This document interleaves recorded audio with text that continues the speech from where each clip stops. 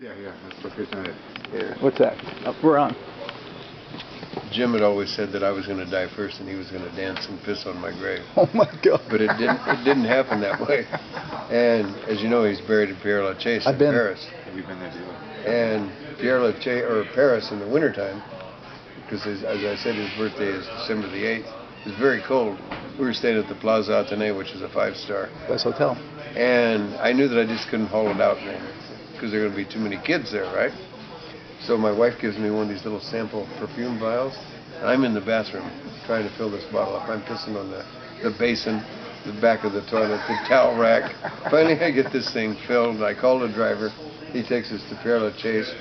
And I borrow a flower from another grave. And you got to remember the white silk scarf. I had on a full-length cashmere overcoat with a white silk scarf.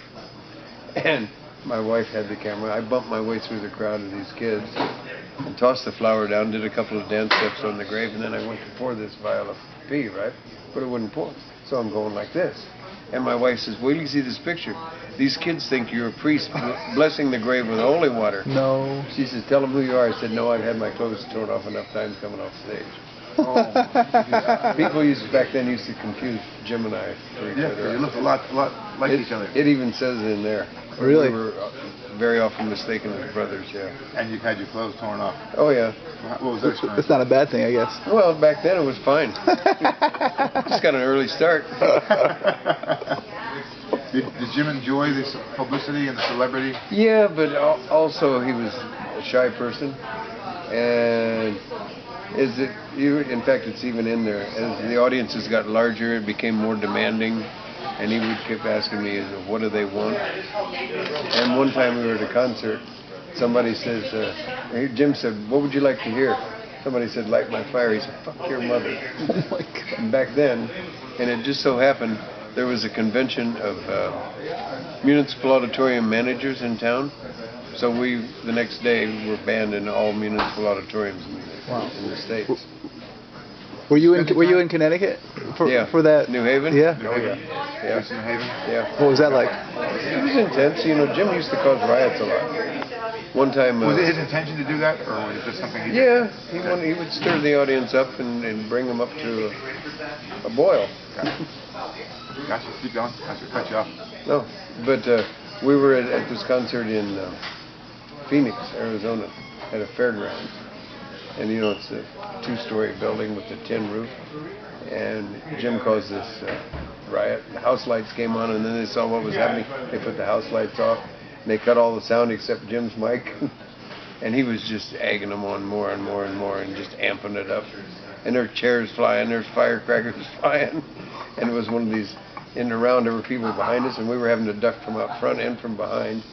And then we got barricaded in the restroom, or in the dressing room, for about 2-3 hours. Finally, we'd slip out the back door, and Jim and I were leaving, and we were in the back seat of this Rolls.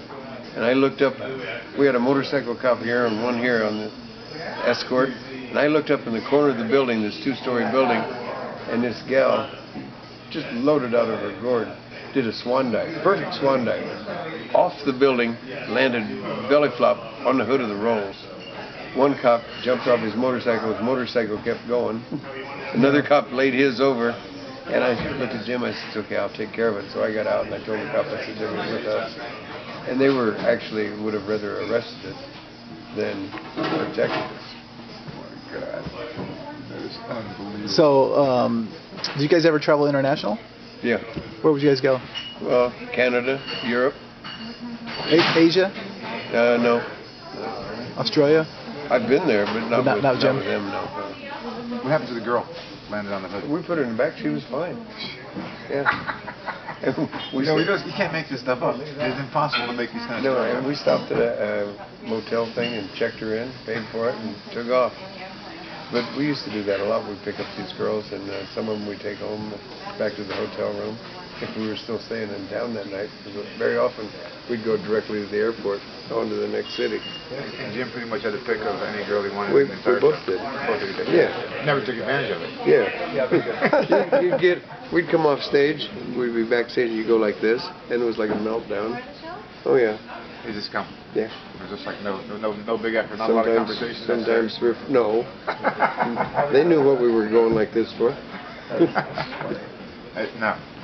But Jim and I we would always have adjoining hotel rooms, and we had this signal. I'd be in bed with this one girl, and I would get up, and that's when the doors were popular enough to have uniformed police officers outside our door for protection. Yeah. And again, they would have rather arrested us than protect us. Right. Sometimes I'd pull my leather pants on, and I'd get the ice bucket. I would say, "I'll be right back." I'm going to get some ice. I'd slam the door twice, which was Jim's signal to get the ice bucket, and say he'd be right back. We'd swap rooms, and most of the time they never knew it. Oh my God. Then sometimes we'd switch back, and even in the morning if we didn't switch back, they never knew most of the time. Yeah, it's like Johnny's life. He lives that life right now. Okay.